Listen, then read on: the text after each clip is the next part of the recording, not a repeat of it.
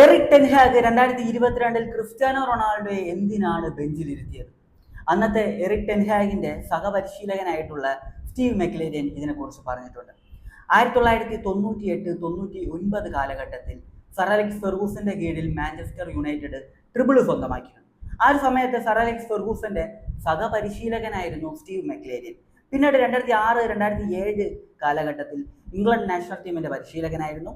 പിന്നീട് 2022 Erik ten Hag Manchester യുണൈറ്റഡിന്റെ പരിശീലക സ്ഥാനത്തേക്ക് എത്തിയപ്പോൾ അദ്ദേഹത്തിന്റെ സഹപരിശീലകൻ കൂടെയായിരുന്നു സ്റ്റീവ് മെക്ലേരിയൻ. അപ്പോൾ സ്റ്റീവ് മെക്ലേരിയൻ പറയുന്ന കാര്യങ്ങൾ എന്തൊക്കെയാണെന്ന് വെച്ച് കഴിഞ്ഞാൽ, എറിക് ടെൻ ഹാഗ് കോച്ചായി എത്തിയതിനു ശേഷം എറിക് ടെൻ ഹാഗ് പോയി റൊണാൾഡോ അടുത്ത് പറഞ്ഞു, താങ്കളാണ് മുന്നേറ്റത്തിൽ കളിക്കുന്നത്, സെൻട്രൽ ഫോർവേഡാണല്ലോ റൊണാൾഡോ, താങ്കൾ ആദ്യം പ്രസ് ചെയ്യണം, താങ്കൾ കൂടുതലായിട്ട് പ്രസ് ചെയ്യണം, 6-7 തവണയെങ്കിലും പ്രസ് ചെയ്യണം തുടർച്ചയായിട്ട് എന്നാണ് സ്റ്റീവ് മെക്ലേരിയൻ ഇപ്പോൾ പറഞ്ഞിട്ടുള്ളത്. എറിക് ടെൻ ഹാഗ് പോയി പറഞ്ഞിരിക്കുകയാണ് റൊണാൾഡോയുടെ അടുത്ത്, താങ്കൾ 6-7 തവണ തുടർച്ചയായിട്ട് പ്രസ് ചെയ്യണം, എൻ്റെ ഫുട്ബോൾ ശൈലി എന്ന് പറയുന്നത് പ്രസ്സിംഗ് ഫുട്ബോളാണ്, അതിനനുസരിച്ച് താങ്കൾ കളിച്ചാൽ മാത്രമേ താങ്കളെ കളിപ്പിക്കത്തുള്ളൂ, അല്ലെങ്കിൽ താങ്കളെ ബെഞ്ചിലിരുത്തും എന്ന് റൊണാൾഡോ അടുത്ത് പോയി പറഞ്ഞു.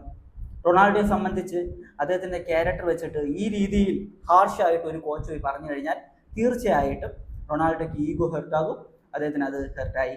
അദ്ദേഹം അതിനുശേഷം പറഞ്ഞിട്ടുള്ള കാര്യം, താങ്കൾ എറിക് ടെൻ ഹാഗ് എനിക്ക് റെസ്പെക്റ്റ് തന്നില്ല, ഞാനും അദ്ദേഹത്തിന് റെസ്പെക്റ്റ് നൽകത്തില്ല എന്നാണ് റൊണാൾഡോ പറഞ്ഞിരുന്നത്.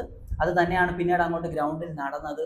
ഗ്രൗണ്ടിനകത്തും ഗ്രൗണ്ടിന് പുറത്തും ട്രെയിനിങ് സെഷൻ ഇങ്ങനത്തെ പല സാഹചര്യങ്ങളിൽ എറിക് ടെൻ ഹാഗുമായിട്ട് ക്രിസ്ത്യാനോ റൊണാൾഡോയ്ക്ക് പൊരുത്തക്കേടുണ്ടായിരുന്നു. രണ്ടുപേരും സംസാരിക്കുന്നത് ഞാൻ കേട്ടിരുന്നു എന്നാണ് സ്റ്റീവ് മെക്ലേരിയൻ എന്ന അന്നത്തെ സഹപരിശീലകൻ പറഞ്ഞിട്ടുണ്ടായിരുന്നത്. അദ്ദേഹം പറയുന്ന വേറൊരു കാര്യം എന്താണെന്ന് വെച്ച് കഴിഞ്ഞാൽ, ക്രിസ്ത്യാനോ റൊണാൾഡോ ഒരു സ്റ്റാറാണ്, 5 ബാലൺ ഡിയോറോളം നേടിയിട്ടുള്ള ഒരു പ്ലെയറാണ്. അപ്പോൾ അദ്ദേഹത്തിനനുസരിച്ച് സിസ്റ്റം മാറ്റാൻ എറിക് ടെൻ ഹാഗ് തയ്യാറായില്ല.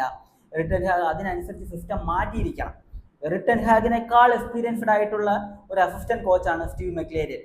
അതായത് സർ അലക്സ് ഫെർഗൂസന്റെ കാലത്ത് അദ്ദേഹത്തിന്റെ അസിസ്റ്റന്റ് കോച്ചായിരുന്നു, പിന്നീട് ഇംഗ്ലണ്ട് നാഷണൽ ടീമിന്റെ കോച്ചായിരുന്നു. അപ്പോൾ അദ്ദേഹം അത്രയും എക്സ്പീരിയൻസ് ഉള്ള ഒരു മനുഷ്യനാണ്. അദ്ദേഹം പറയുന്നത് ഈ രീതിക്കാണ്. അപ്പോൾ നമ്മൾ ഇതിൽ പ്രധാനമായിട്ട് നോക്കേണ്ടത്, ഒന്ന് എറിക് ടെൻ ഹാഗിന്റെ സൈഡ്, രണ്ടാമത്തത് റൊണാൾഡോയുടെ സൈഡ്, മൂന്നാമത്തത് ഞാൻ പറഞ്ഞുതരാം പിന്നീട്. ആദ്യത്തെ സൈഡ് നോക്കുകയാണെങ്കിൽ, റൊണാൾഡോയുടെ സൈഡ് നോക്കുകയാണെങ്കിൽ, റൊണാൾഡോ ഒരു സ്റ്റാർ പ്ലെയറാണ്. അദ്ദേഹത്തിന് വയസ്സ് 37-36 എന്തായിരുന്നു ആ ഒരു സമയത്ത്, യുണൈറ്റഡിൽ കളിച്ചിരുന്ന സമയത്ത്. അപ്പോൾ അത്രയും പ്രായമുള്ള ഒരു ആളെ സംബന്ധിച്ച്, അത്രയും പ്രായമുള്ള ഒരു പ്ലെയറെ സംബന്ധിച്ച് തുടർച്ചയായി 6-7 തവണ പ്രസ് ചെയ്യുക എന്ന് പറയുന്നത് നടക്കാത്ത കാര്യമാണ്.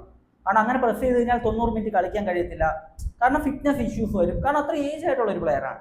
പിന്നെ റൊണാൾഡോയെ സംബന്ധിച്ച് ഓരോ വർഷം കഴിയുന്നതോറും അദ്ദേഹത്തിന്റെ പ്രസ്സിങ് കുറഞ്ഞ് സ്കോറിങ്ങിലേക്ക് അദ്ദേഹം കൂടുതൽ ഫോക്കസ് ചെയ്യുന്നു. അപ്പോൾ അദ്ദേഹത്തെ ആ രീതിയിൽ ഉപയോഗിച്ചിരിക്കണം. ആ ഒരു കാലഘട്ടത്തിൽ യുണൈറ്റഡിൽ കളിച്ചിരുന്ന ആ ഒരു കാലഘട്ടത്തിലുണ്ട്, 2022-21 ആ ഒരു സമയത്ത് വളരെ മികച്ച രീതിയിൽ തന്നെയാണ് റൊണാൾഡോ കളിച്ചിട്ടുള്ളത്. റൊണാൾഡോ സ്റ്റാറ്റ്സ് വളരെ മികച്ചതായിരുന്നു. റൊണാൾഡോയ്ക്ക് കൂടുതൽ ഗോളുകളൊക്കെ നേടാൻ കഴിഞ്ഞിരുന്നു. ആ ഒരു സമയത്തെ ടീമിന്റെ ടോപ്പ് സ്കോറർ റൊണാൾഡോ ആയിരുന്നു. വളരെ നിർണായക സാഹചര്യങ്ങളിൽ വളരെ മികച്ച ഗോളുകൾ ബോക്സിനകത്തു നിന്നും ബോക്സിന് പുറത്തു നിന്നൊക്കെ റൊണാൾഡോ സ്കോർ ചെയ്തിരുന്നു ആ ഒരു സമയത്ത്.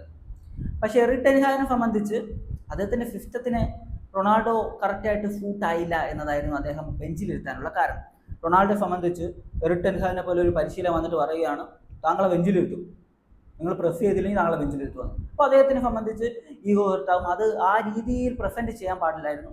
വളരെ മയമായിട്ട് കുറച്ച് മയത്തിൽ പോയി പറഞ്ഞിരുന്നെങ്കിൽ ഇത്രയും പ്രശ്നം വന്നിരിക്കത്തില്ല. ഇനി എറിക് ടെൻ ഹാഗിന്റെ ഭാഗത്ത് നോക്കിക്കഴിഞ്ഞാൽ, സൂപ്പർ താരമാകട്ടെ സൂപ്പർ അല്ലാത്ത താരമാകട്ടെ, എൻ്റെ സിസ്റ്റത്തിൽ പ്രസ് ചെയ്യുക, ഫ്രണ്ടിൽ കളിക്കുന്ന പ്ലെയർ പ്രസ് ചെയ്യുക, അങ്ങനെ പ്രസ് ചെയ്തില്ലെങ്കിൽ ആ പ്ലെയറെ മാറ്റുക.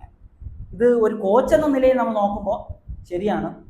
അദ്ദേഹത്തെ സംബന്ധിച്ച് അദ്ദേഹത്തിന്റെ ആ ഒരു സിസ്റ്റത്തിൽ അറ്റാക്കിംഗ് പ്ലെയേഴ്സ് പ്രസ് ചെയ്യണം. അപ്പോൾ പ്രസ് ചെയ്യാത്ത അറ്റാക്കിംഗ് പ്ലെയറിനെ മാറ്റുക എന്ന് പറയുന്നത് സ്വാഭാവികമായിട്ട് നടക്കുന്ന കാര്യമാണ്.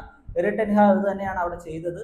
അപ്പോൾ അതുകൊണ്ട് തന്നെ എറിക് ടെൻ ഹാഗിനെ നമുക്ക് കുറ്റപ്പെടാൻ പറ്റത്തില്ല, അതുപോലെ തന്നെ റൊണാൾഡോയെ നമുക്ക് കുറ്റം പറയാൻ പറ്റത്തില്ല. പക്ഷേ പ്രശ്നം എന്താണെന്ന് വെച്ച് കഴിഞ്ഞാൽ, ഇവർ തമ്മിലൊരു അണ്ടർസ്റ്റാൻഡിങ് വേണമായിരുന്നു. ഇപ്പോൾ ഞാനാണ് കോച്ചെങ്കിൽ വെച്ചോ, ഞാനാണ് ഇപ്പോൾ മൂന്നാമത്തെ കാര്യം അതാണ്, ഞാനാണ് എറിക് ടെൻ ഹാഗിന്റെ സ്ഥാനത്തെങ്കിൽ ഞാൻ എന്നാ ചെയ്യുമായിരുന്നു അറിയോ, ഞാൻ 4-4-2 ഇല്ലെങ്കിൽ 4-1-3-2 എന്ന രീതിയിലുള്ള ഒരു ഫോർമേഷൻ സെറ്റ് ചെയ്യും. അതായത് 2 ഫോർവേഡ് പ്ലേയേഴ്സ് വരുന്ന രീതിയിലുള്ള ഒരു ഫോർമേഷൻ സെറ്റ് ചെയ്യും.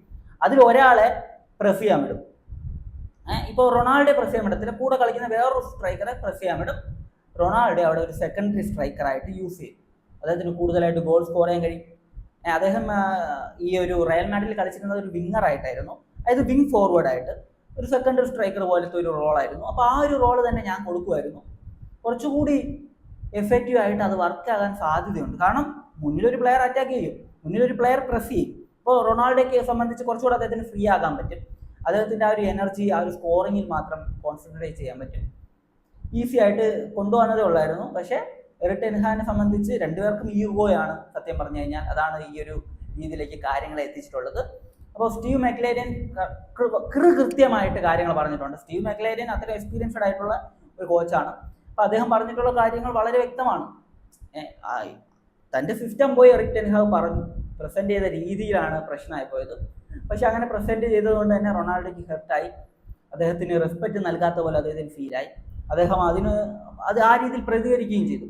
പിന്നെ മാഞ്ചസ്റ്റർ യുണൈറ്റഡ് വിട്ടു പോകുന്ന സമയത്ത് ഒരു അവസാന സമയത്ത് അദ്ദേഹം പറഞ്ഞിട്ടുണ്ടായിരുന്നു ചില കാര്യങ്ങളുണ്ടായിരുന്നു. കോച്ചിനെ മാത്രം മാറ്റിയാൽ പോരാ, മൊത്ത സിസ്റ്റവും ഇവിടെ ശരിയില്ല, എല്ലാവരെയും മാറ്റേണ്ട ഒരു സാഹചര്യമാണ് ഇവിടെ ഉള്ളത് എന്നത് ഏറെക്കുറെ ശരിയൊക്കെ തന്നെയാണ്. അറിയാലോ യുണൈറ്റഡിൻ്റെ അവസ്ഥ. ഇപ്പോഴാണ് കുറച്ചെങ്കിലും ഈ ഒരു റൂബൻ അമോറിമിനെ മാറ്റി പുതിയ പരിശീലകനായിട്ട് മർക്കീൽ കാരിക്കിനെ കൊണ്ടുവന്നതിന് ശേഷമാണ് കുറച്ചെങ്കിലും മാറ്റം ഉണ്ടായിട്ടുള്ളത്. അവസാനത്തെ കളികളൊക്കെ കുറച്ച് നല്ല റിസൾട്ടായിരുന്നു. അപ്പോൾ അന്ന് റൊണാൾഡോയെ ബെഞ്ചിലിരുത്താനുള്ള കാരണം എന്ന് പറയുന്നത് ഇതാണ്. അപ്പോൾ നിങ്ങളുടെ ഒപ്പീനിയൻ എന്താണെന്ന് വെച്ച് കഴിഞ്ഞാൽ കമൻറ്റ് ചെയ്യുക. അതിപ്പോൾ നിങ്ങൾ കോച്ചാണെങ്കിൽ നിങ്ങളുടെ സിസ്റ്റം ഫ്രണ്ടിൽ കളിക്കുന്ന പ്ലേയേഴ്സ് പ്രസ് ചെയ്യുന്ന സിസ്റ്റം ആണെങ്കിൽ ഫ്രണ്ടിൽ കളിക്കുന്ന പ്ലേയേഴ്സ് പ്രസ് ചെയ്യാത്ത സാഹചര്യത്തിൽ നിങ്ങൾ എന്ത് ചെയ്യുമായിരുന്നു? അത് റൊണാൾഡോയെ പോലെ ഒരു സൂപ്പർ താരമായിരുന്നെങ്കിൽ നിങ്ങൾ ബെഞ്ചിലെടുത്തുമായിരുന്നോ? അതോ നിങ്ങൾ അവിടെ ആ ഒരു സാഹചര്യം നിങ്ങൾ എങ്ങനെ ഹാൻഡിൽ ചെയ്യുമായിരുന്നു? ജസ്റ്റ് കമൻറ്റ് ചെയ്യുക, നോക്കാം എന്താണെന്ന് സംഭവം. അപ്പോൾ അത്രേ ഉള്ളൂ.